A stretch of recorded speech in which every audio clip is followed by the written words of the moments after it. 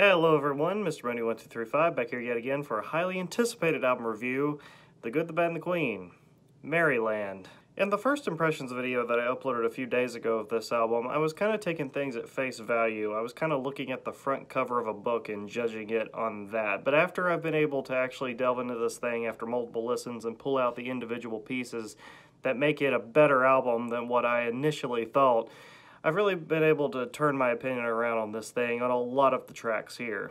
After our little 13-second introduction on this thing, we go into the song Merryland, and what I've said before still hangs true. I still really do enjoy this song.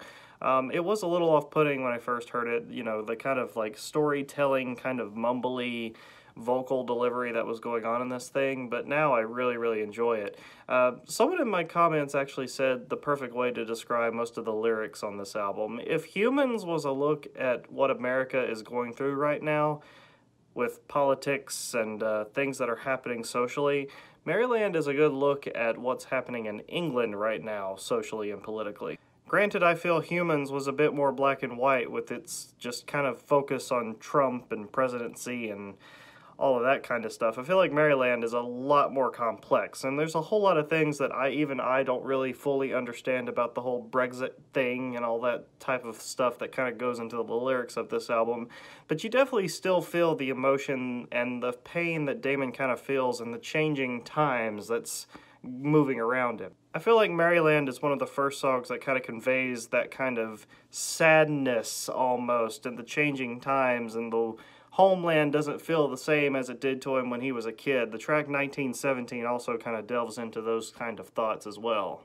While I do enjoy the lyrics of the said track 1917, I'm having a really hard time still getting into the main melody. Something about this track is still awfully forgettable to me. I think it's just because that there's very little change up in the melody of this song. It's very repetitive throughout the entire track, and I'm not really a huge fan of that. Whenever I'm listening to the album, I kind of get into, you know, what he's saying, I get what he's talking about, but it's really hard. I can't even really think about the melody now as I'm not listening to this track. It still has not stuck in my head or been able to stand out in my head even after multiple listens, and I don't think that's a really good positive. Nevertheless, the lyrics are still pretty amazing on this thing. It's actually, lyrically, I think this is some of the best work that Damon has ever done album-wise. I think the lyrics are just really deep and really thoughtful, and there's something about it, the descriptions are just really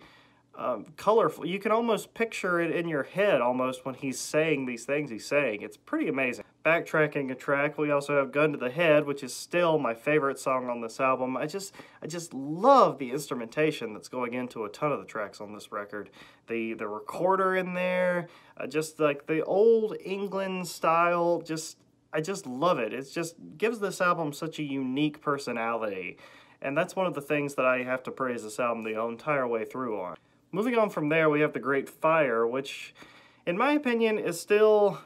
I like it better than when I did hear it before, but it just sounds like some kind of Halloween song to me now, honestly. It's, I really enjoy it while I'm listening to it, but it doesn't really do anything for me. The melody, at least, really sticks out in my head. I can actually hear the song as I'm thinking about it, unlike the track 1917. But it still doesn't do that much for me when I'm listening to it. It's just something that I enjoy as I wait for the next bit of songs from this album to come on, which are a huge improvement for me personally. The song Lady Boston is absolutely beautiful. Lady Boston is a huge highlight for me on this album, okay? I absolutely love the recorder that comes back in there again from the song Gun to the Head. The really beautiful kind of slow, sticky melody that Damon is singing throughout the entire track, and I love the choir vocals at the end that come in. I think it translates to the "I'm on your back, I'm sorry for you," I think is what somebody has told me that the Welsh, or whatever language that is, translates to at the end of the track. Just a really beautiful song. It's absolutely one of my favorites on the entire album. Lady Boston just sticks out so much to me. I love this track. Drifters and Thrallers too, man. It's just so catchy to me. I've done enough today. Sweet Lord, I've done enough today. And there's like a little bit, something that sounds almost, it's like a penny whistle. It sounds almost Irish a little bit in between the vocal lines of the track. It just sounds so cool. And I think the lyric video kind of goes along with that well. It sounds almost kind of beachy, but it's not like a bright sunny day on the beach. It's more like a overcast day on the beach. It's kind of the imagery that I get when I listen to the song Drifters and Trawlers. Another one of my favorites on this album, though. I think it's a really beautiful track. The Truce of Twilight is another huge highlight for me. I just love the look what we have done. I love like the kind of tiny little ensemble of vocals that come in all together on that. Truce of Twilight just sounds so cool to me.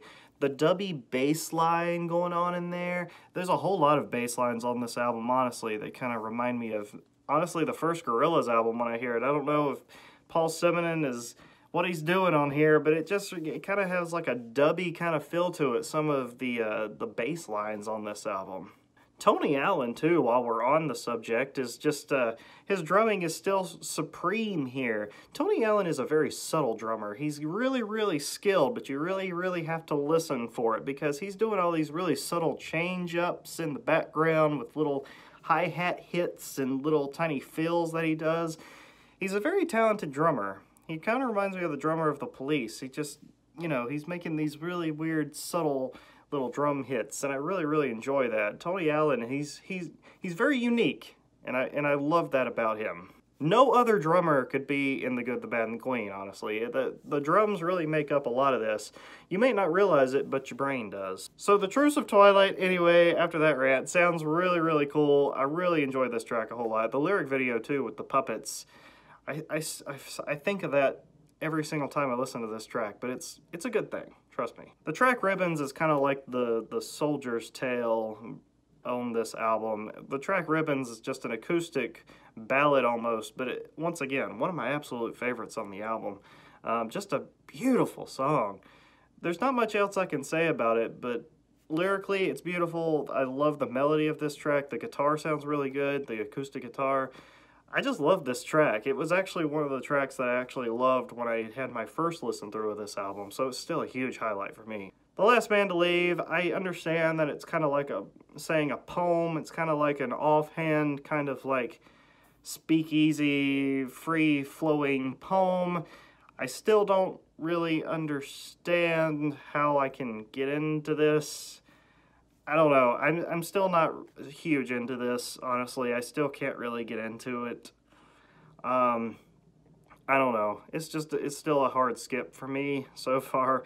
I'm just not warming up to it still. It just doesn't really match up with what's going on the rest of this album. I mean, probably lyrically it does, but I still don't really care because I don't like listening to it. I don't enjoy it. It doesn't stick out to me. The Poison Tree, though, oh my God. The Poison Tree, what a beautiful way to end this album. I swear to God, I listen to The Poison Tree, and near the ending, I almost get emotional listening to The Poison Tree. There's just something so damn beautiful about this track. Just like the synthesizer piano-y line that's going over the top of this thing over and over again. The lyrics are absolutely beautiful. The melody of this track, just gorgeous.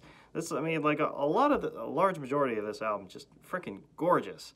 And yeah, Poison Tree. Man, it could almost be my second or third favorite track on the album, honestly. I don't know where I would place it, but it is absolutely beautiful. All in all, there's a lot to like about this album still, and I was pretty wrong, honestly, in my first impressions. I just wasn't looking into it deep enough after that first impressions. But after I've been able to repeatedly listen, you know, pick out the instrumentation and the bits of lyrics, I've just really, really grown to enjoy this album. Is it one of my favorite things that Damon has ever done? I don't know. I enjoy the first The Good, the Bad, and the Queen album the entire way through. There's not a single track I would skip.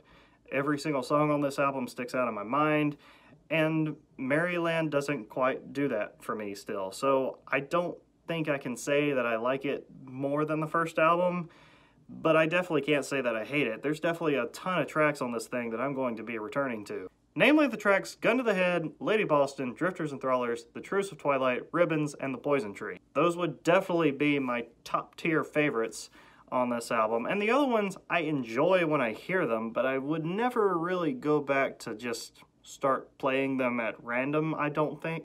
And The Last Man to Leave, I'll probably just end up deleting this track. I just can't get into it personally.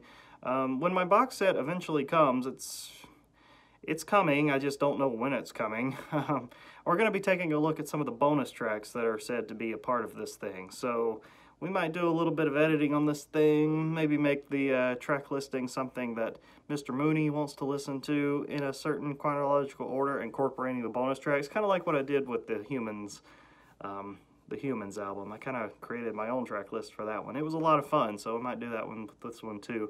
I know it might screw up the narrative scripture of this album, but still. I'm into it because I enjoy the melodies and I like the pretty lyrics, and there's a lot of things to like. So anyway, I hope you respect my opinion on this. This is my formal review of The Good, the Bad, and the Queen, Merrie Land, and I will see you guys again soon. Mr. Money 1235 out.